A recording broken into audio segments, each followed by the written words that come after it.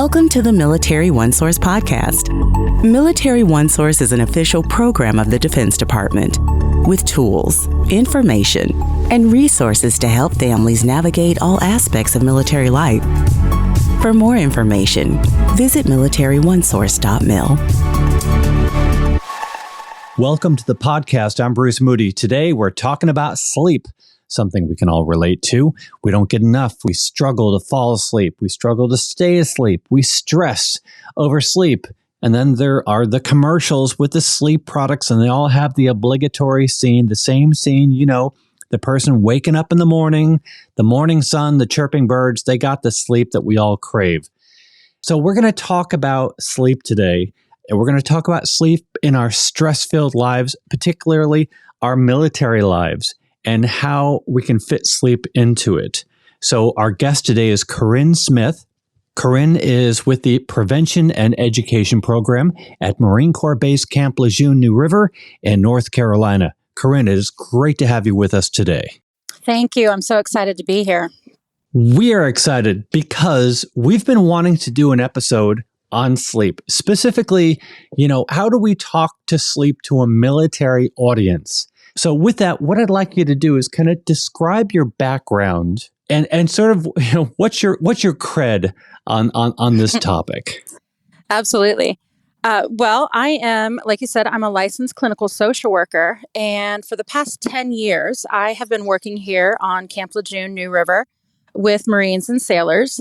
And one of my specialties has been working with them when it comes to their sleep issues. My husband is a retired Marine, so I have been with this community for over 20 years, and working with Marines and sailors has always been near and dear to my heart. I have received extensive training through the Center of Deployment for Psychology in cognitive behavioral therapy for insomnia. And that's a treatment that focuses specifically on sleep hygiene, sleep restriction, and healthy sleep habits, as well as focusing on thoughts around sleep and increasing rest and relaxation when it comes to sleep. Okay, see, this is why we have you on the podcast today. So let's just jump right into it. Real general basic question. Why do we need sleep? What's its value? How is sleep important to an individual's daily functioning? Sleep is so important. I think it's just as important as eating. It's just as important as any kind of diet and exercise. It's a biological function that plays a very critical role in our brain function and our physiological symptoms. It really is a process that's essential for life and optimal health. It's so important in our emotional regulation and our decision-making skills that, if we're getting poor sleep or disrupted sleep, if we're getting insufficient sleep or poor quality sleep, all of those processes can be affected. Some of those short-term consequences that we might experience would be an increased stress response or decreased performance at work or at home. We could experience some memory issues or emotional distress, and just kind of a general overall reduced quality of life. And then some long-term consequences that we might experience due to disrupted sleep could be increased risk of hypertension, increased cholesterol issues, BMI could be increased, type 2 diabetes, and heart disease. There have been several studies done, and consistently those results keep coming back with all of those long-term health issues. So basically, the short-term and long-term consequences are decreased immune responses as well. So it's obviously really important. And so I get, obviously, sleep is one of those things where it's quality and quantity, but roughly how much sleep do we really need? So that varies depending on your age. Now, typically, every adult needs between 7 and 9 hours of sleep, but that can vary, again, like I said, for your age. Most teenagers probably need, 9 to 10. A school-aged child might need 10 or more. And then once we get younger than that, we could see 10 to 18 hours of sleep. But for adults, we typically are looking for and shooting for 7 to 9 hours each. But now what I have seen is, even though we're saying we'd like 7 to 9 hours per adult, what I've seen with the Marine Corps population here and other service members that I've worked with, their bodies are conditioned for a lot less, most likely due to, boot camp or basic training, just kind of demands of their jobs, up tempo, those types of things. So I think that accounts for a lot of some of the sleep issues that we are seeing here among the military members. So we're going to talk specifically about military life, things like really demanding watch schedules. But just a couple more questions about sleep and its effect on our health. To what degree does sleep affect our immune system? Well, it can definitely take a toll on our immune system. What we have found is that if we're not getting sufficient sleep, there could be some short-term consequences, such as like increased stress responses, decreased performance at work, memory issues, emotional distress, and just kind of an overall reduced quality of life. And when it comes to long-term consequences, what we see is multiple studies have been done, and consistently the results come back showing an increased risk of hypertension, increased blood pressure, higher numbers of cholesterol, increased BMI, increased risk of type 2 diabetes and heart disease. So overall, both short and long-term consequences will overall kind of give us a reduced immune response. So short and long-term consequences really will take a toll on your health in general. So you sit down and you meet with service members and their partners, and you talk to them about getting better sleep. Is there a difference in the way that you approach strategies for somebody in uniform versus a partner? Well, I think definitely there are different challenges experienced by the service member and the spouse. Mostly, some of this is due to the schedules that the service member and the spouse that they both are managing. What you see with the service member is their schedules tend to be a little bit more erratic. They don't typically have a 9-to-5 job. So if they have a consistent schedule, it might mean waking up at 5 or 6 o'clock in the morning to muster and then have PT. But then sometimes that might change because they have to go to the field or have a training exercise. So then that kind of throws off their consistent schedule quite a bit. And that might mean going to bed earlier or later. Then they've got, just some typical work stressors that might be keeping them awake at night.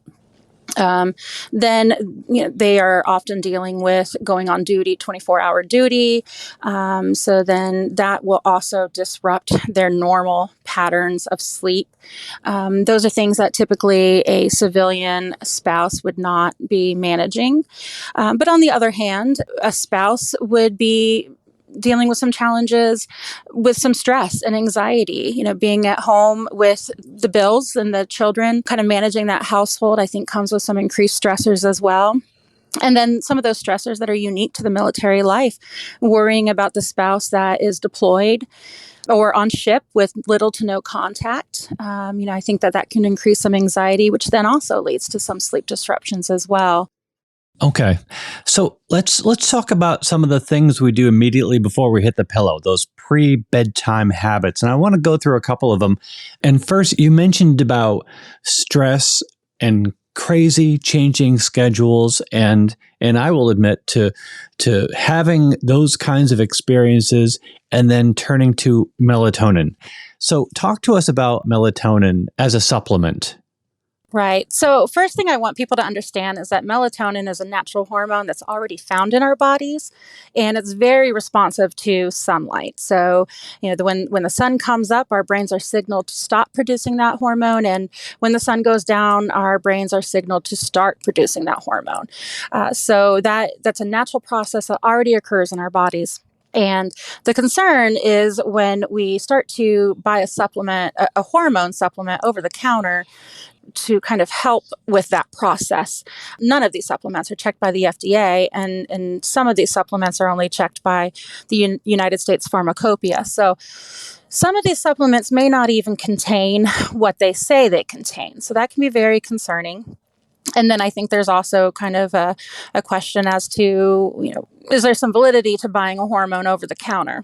Plus, if you become dependent on taking melatonin, then you might be undoing what your body should be doing naturally.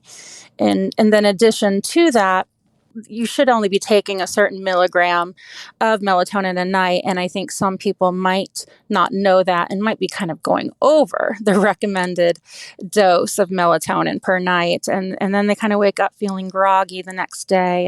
And that can also interfere their performance throughout the day. And then we kind of find ourselves in this endless cycle of feeling tired throughout the day and maybe drinking some caffeine to get us through. And then that's disruptive to our sleep. So we take more melatonin, and then we kind of get caught in this nasty cycle of melatonin and caffeine, just trying to achieve sleep that probably isn't going to come if we're taking all these artificial substances to try to help our sleep. All right. So on the topic of substances and the endless cycle of trying to correct what we did wrong last time. Yeah. Let's talk about alcohol and smoking. Right. Yeah.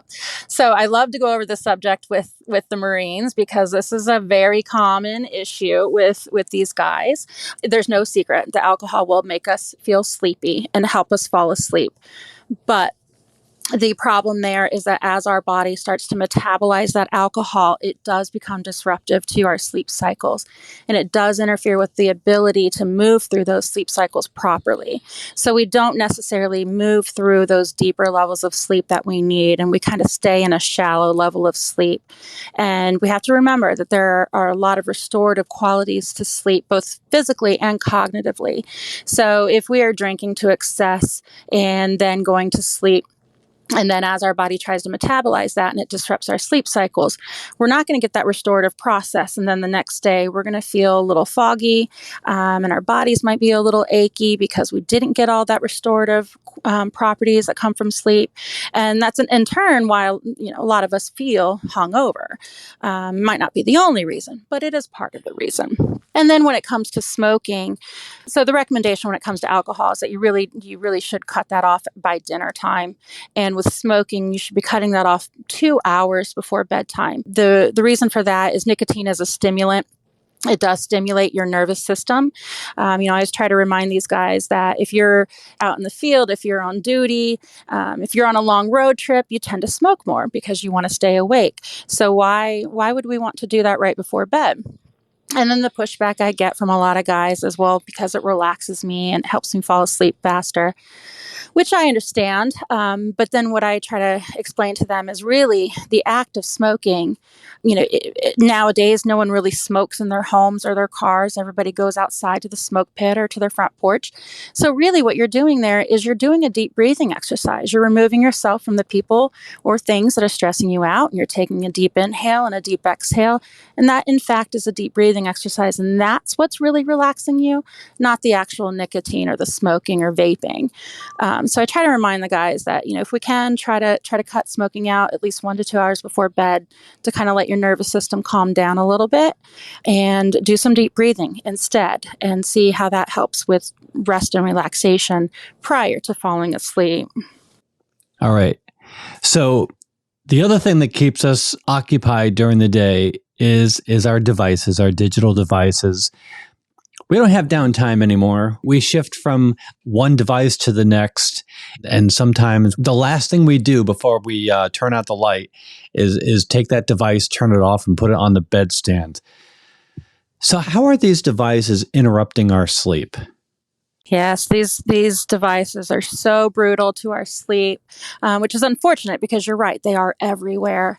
So the thing with blue lights, our cell phones, that backlight is a blue light, and the issue there is that it's on the same UV spectrum as sunlight. So our brains will literally interpret it as daytime. So as you are on your phone scrolling through TikTok or Instagram to unwind, as many people say they do, they're really sending a signal to their brain that it's daytime, and they will stop that melatonin production. And then not only is that happening, but it's also kind of keeping your brain active and alert. So that's one challenge. Something that they can do is if they have an iPhone, they can put night shift mode on their phone. If they have an Android, they can put blue light filter on their phone. It will turn more of an amber color, which it's not a cure-all. It does help reduce some of that light pollution. So that's one thing to kind of help with that. But we really need to put those phones away, the tablets, the computers, everything about an hour before bed, kind of let our brains calm down from that stimulation. And then I also know that it can be a problem because our cell phones are now our alarm clocks many times. So even as you're setting that alarm clock, that blue light is still signaling your brain to not produce that melatonin, which is an issue.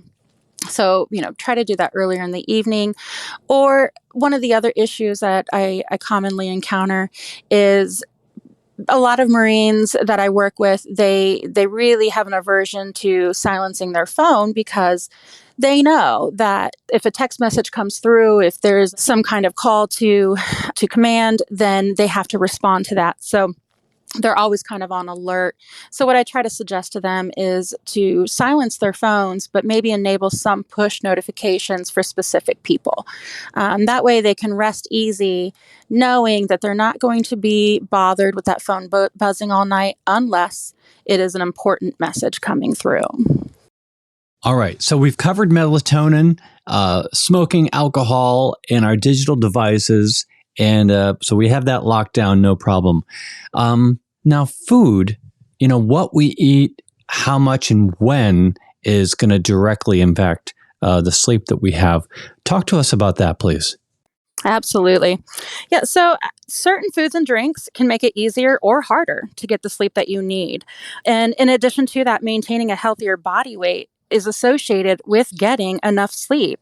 So studies have shown us that a lack of key nutrients like calcium or magnesium, vitamins A, C, D, E, and K are all associated with sleep problems. People who commonly have high carb diets will affect their energy levels throughout the day and increase their drowsiness. It could possibly affect their deep sleep or increase the number of sleep disruptions.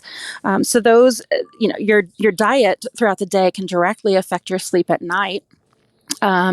So that's something to definitely be aware of. Some of the recommendations is maybe engaging in the Mediterranean diet or the DASH diet, which is a lot more lean meats, more vegetables, those types of things. But there are some foods that you can actually eat before bed that might actually help you sleep a little bit easier or fall asleep a little bit faster.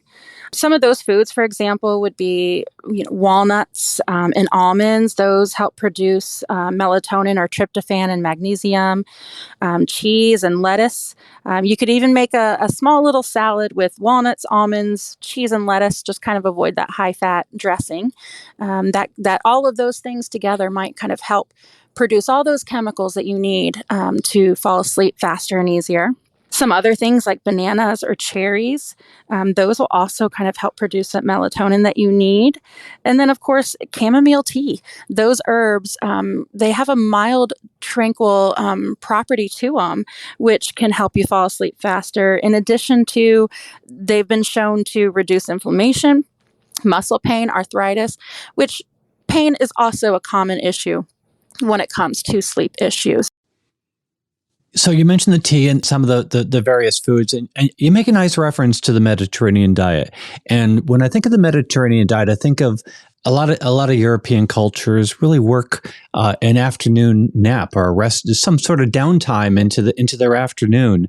And then we say, well, here in America, we don't do that. Maybe we should. So where do you stand on naps as a strategy for good sleep? So typically, naps are not recommended if you are already experiencing issues with sleep. But I also work with a population where I recognize there are times where naps are necessary. So what I try to teach these Marines and other service members is how to nap effectively. So what I try to teach them is if you're going to take a nap, I want you to keep your nap 30 minutes or less. So you're staying in that stage 1 sleep, which is very easy to come out of. Or if you're like me and you're more of a sleeper than a napper, then I want you to nap for 90 minutes. Nothing in between that 30 or 90 minute mark. If you nap for the full 90 minutes, then at that point, you're able to complete an entire sleep cycle And then you get all of the benefits that come from sleep. I think every one of us knows what I'm talking about when we've all taken that nap and we've woken up and we have felt way worse than we did before we went to sleep, and we're much grumpier and grouchier, and it's just harder to function. And the reason for that is we probably woke up in about stage 2 or 3, which is that deep level of sleep. And then it's just, at that point, you really didn't get any of the benefits that come from napping. So I want people to just really remember, if you're going to nap, if you have to nap, 30 minutes or 90 minutes. And it's really important that if you're going to nap throughout the day, to really complete that nap by 3 o'clock. So then you can fall asleep earlier at night, and you can fall asleep a little bit easier and stay asleep throughout the night. But then again, I also know that, if you're on duty or on watch, the 3 o'clock time frame isn't going to really apply, but the 30 to 90 minutes absolutely does. Yeah. And so being on duty, standing on watch, this is one of the things that I was really wanting to get into, because, I got to say, when I was in uniform, I had some crazy watch schedules. I was standing duty during the day, during the night. I had a very, very limited time between watch, where basically I had to come home, immediately fall asleep, and then be awake and on duty just a short number of hours later. So getting into the practicalities and the realism, the realistic demands of military life, of watch standing, of demanding duties, how are you counseling service members to fit sleep into that? Right. Yeah. And that can be one of the biggest challenges that we deal with. Swing shifts and, standing watch, those kinds of duties really do make sleep challenging for these service members. So we try to problem solve what some of the issues could be. I would say first and foremost, probably one of the biggest issues would be caffeine. Energy drinks are everywhere these days. And I know that these guys will load up their pockets with energy drinks going into one of these shifts. And I really try to educate them on how caffeine affects their bodies. As adults, we're very tolerant to those effects. But I want them to understand that even though you are tolerant and you may not feel those effects right away, they do affect your ability to sleep. So although I'm not trying to discourage them from caffeine, because they probably very well do need it for that shift or for that duty. I just want them to be aware of when and how much they're taking or drinking. Absolutely. You can have an energy drink at the beginning of the shift, because it takes about 6 hours for half of that caffeine content to make its way through your body. So if you started shift at 6 a.m., and at 12 a.m., half of that caffeine is still coursing through your body. And it'll take another 6 hours for the rest of it to leave. So if you're drinking caffeine throughout that entire shift, it's going to be much more difficult to fall asleep. So kind of be aware of that. Then once you are off shift, if you need to immediately go to bed, there are some things that you can try to put into place. Think about creating a comfortable bedroom environment, as comfortable as you can be, depending on where you are. But doing things like putting out blackout curtains or blackout shades. If you can't do that, wear an eye mask. Bring in something to block out the noise that might be around you. Bringing in a fan is really helpful to create some white noise, as well as reducing the room temperature. The ideal sleep temperature is 68 degrees. So the more you can cool that room, the better and faster you're going to fall asleep. It is important to create a little bit of a buffer in between duty and sleeping. So, I know the instinct is to go to that phone, but really try to do something else. Try to, write in a journal, do a relaxation exercise, do something different than scrolling on your phone, because all that will do, like we talked about earlier, will keep your brain active and alert your brain to stay awake. And then, if you need to eat a carb heavy snack, not a meal, but a snack, because that will kind of increase some of that drowsiness to help you fall asleep quickly. And then some of the other tips that we talked about earlier, try to avoid that nicotine right before bed. Try not to have an alcoholic drink right before bed, those kinds of things, because all that's going to do is just continue to disrupt that sleep cycle. And if we need to get to sleep, I think the key there is finding something that is restful and relaxing to help you get to sleep. We cannot sleep if our body and our mind are not relaxed. Yeah, no matter how tired we are. Correct. There's a difference between being tired and being able to sleep. And so we're covering a lot of ideas, tips, things to consider, and you got to try different things. So the idea of a sleep diary, how do you try all of these different approaches to sleep and incorporate a sleep diary to track what you're doing? And how do you benefit from using keeping a sleep diary? Well, I love a sleep diary as well as a sleep tracker. I think they're great to be used together. So a sleep diary is really just a piece of paper that you can find online, and it's a good way to just kind of track yourself, manually, to keep record of your sleep. How long is it taking you to fall asleep? How often are you waking up throughout the night? And a good way to just kind of track any habits that you might be engaging in. When do you drink? How much do you drink? Are you exercising? When do you exercise? Do you take any medications? Do you have any caffeine? It's a good way to track those things that maybe a wearable sleep tracker might not track for you. This can generally be a little bit more reliable recollection of your sleep habits than maybe a tracker. A good way to think about a sleep diary is it's a good way to track your sleep on a daily basis rather than just trying to recall from memory. There's no way we could recall everything we ate last week just off the top of our heads. So it's a good way to kind of track that, through paper and pen. It's also a good way to kind of see it on black and white. Sometimes our sleep is worse than we thought, or sometimes it's better than we thought. And then when you are working with someone who is trying to help you improve your sleep, they're able to take that sleep diary and calculate some numbers such as your total sleep time, something called your sleep efficiency, which means the amount of time you're in bed versus the amount of time you're actually asleep, and something else called your sleep onset latency, which means how much time does it take you to actually fall asleep on average. Now, as far as sleep trackers go, those are great because they give you a lot of data that a paper diary wouldn't necessarily give you. They give you information on sleep cycles and more insight into some potential sleep problems that you might be experiencing. But on the other hand, sometimes if you're not wearing it correctly, it may not track accurately, which is why I suggest using both at the same time.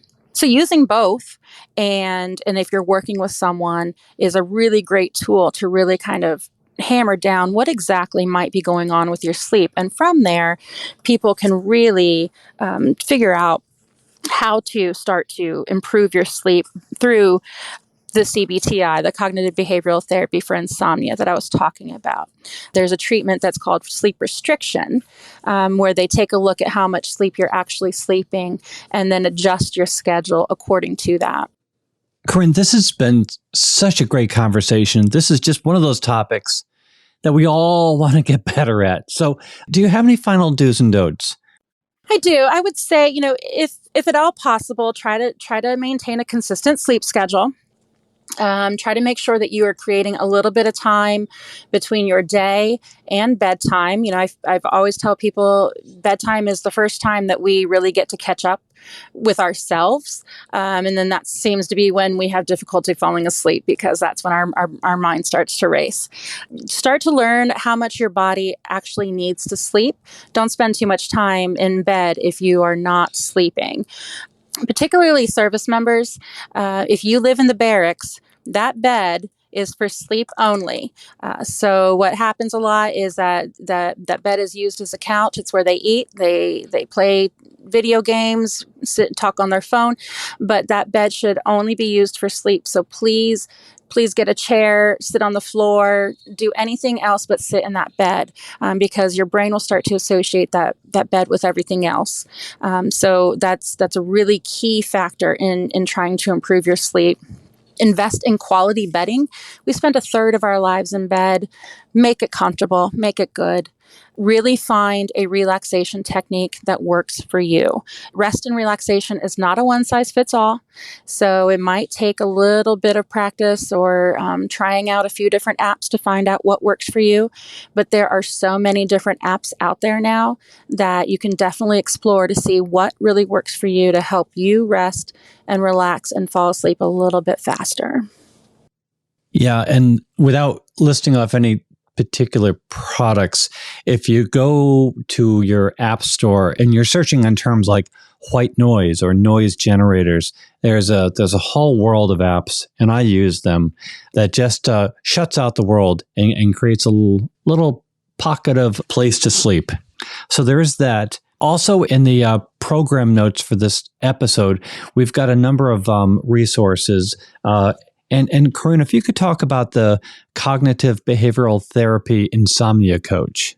Yeah, so there is an app. It's called the CBTI Coach, and it goes right in line with a lot of things that I spoke about today. It partners up with the training that I have taken through the Center of Deployment for Psychology. And in that app, there is a sleep diary, so you can track your sleep. There are relaxation exercises in there. There are tips and tricks when it comes to sleep hygiene. So it's kind of an overview of what we talked about today, and a good starting point if you really want to kind of pinpoint what might be going on with your sleep and to kind of help you get started on improving your sleep tonight. Corinne Smith is with the Prevention and Education Program at Marine Corps Base Camp Lejeune, New River in North Carolina. Corinne, this has been a great conversation. Thank you so much for joining us today. Thank you so much for having me. Absolutely. Want to remind everybody that Military OneSource is an official resource of the Defense Department. We are a website, a call center, we're all over social media, and we are a podcast available wherever you listen to your podcast. So go ahead and subscribe to us. We cover a whole wide range of topics to help military families navigate military life. I'm Bruce Moody. Thanks for listening. Take care. Bye-bye.